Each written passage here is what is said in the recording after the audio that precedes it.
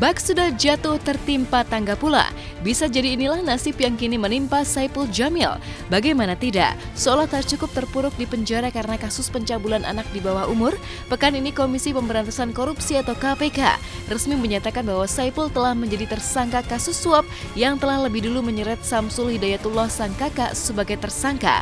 Sontak saja, status baru sebagai tersangka yang ditetapkan oleh pihak KPK ini membuat pihak Saipul terkejut sekaligus gerah kecewa. Ironisnya, Saipul yang tengah mendekam di LP Cipinang konon masih belum mengetahui status barunya sebagai tersangka kasus suap dan beresiko harus menjalani proses hukum kembali dengan kasus hukum yang berbeda. KPK menetapkan seorang tersangka baru yaitu SJM melalui saudaranya SH dan kuasa hukumnya BN dan K diduga telah memberikan hadiah atau janji kepada R, panitera pada Pengadilan Negeri Jakarta Utara. Kami sangat terkejut sekali dengan penetapan tersangka Bang Saiful Jamil. Ya, kami dan keluarga sangat kecewa dengan penetapan tersebut.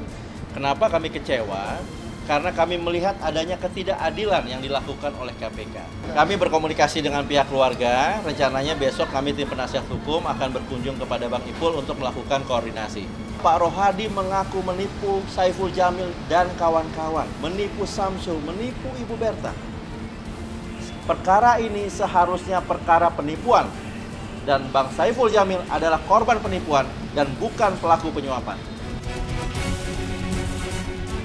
Mengejutkan, masih jelas tergoret di benak publik betapa dalam sidang kasus suap yang menyeret Samsul Hidayatullah sang kakak, Saipul sempat hadir menjadi saksi dan menyangkal semua tuduhan sebagai pemberi suap tersangka Rohadi, panitera Pengadilan Negeri Jakarta Utara. Tapi toh faktanya kini Saipul naik status dari saksi menjadi tersangka, yang berarti penantian Saipul untuk bisa keluar menjalani vonis 3 tahun penjara akibat kasus pencabulan anak di bawah umur konon bisa bertambah panjang dan lama karena terseret kasus suap. Tak pelak, pihak Saipul pun bergerak cepat merancang strategi hukum demi membebaskan Saipul dari status tersangka kasus suap yang telah resmi ditetapkan oleh KPK. Apa isi surat kuasa kira-kira? Memberikan kuasa kepada orang yang saya tunjuk untuk untuk mengambil untuk keperluan saya. Ada di situ ditulis keperluan itu suap hakim? Tidak. Benar? Tidak ada. Nah, di sini dikatakan menerima uang dari Saiful Jamil melalui ini. Berarti kan surat kuasa ambil uang pasti ada tulisannya itu? Tidak ada. Tidak ada? Tidak ada. Kami di dalam kasus ini akan mengajukan permohonan persamaan perlakuan hukum. Kami mohon KPK memperlakukan Bang Saiful Jamil sama seperti kasus-kasus yang lain. Ya, kalau Bang Saiful dijadikan tersangka, maka kami mohon nama-nama yang tercantum di dalam surat dakwaan KPK di dalam perkara-perkara lain.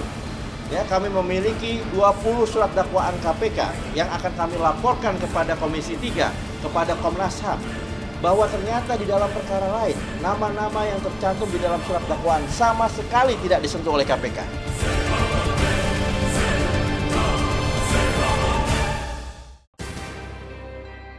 Ernest Prakasa beradu akting dengan Gisel Anastasia, istri dari Gading Martin di film terbarunya berjudul Cek Toko Sebelah yang disutradarai oleh Ernest. Benarkah akting Ernest dan Gisel membuat istri Ernest Meira cemburu? Simak berita akan kami rangkai dengan kabar terbaru dari Revalina S. Temat, tentunya hanya di Hot Shot sesaat lagi.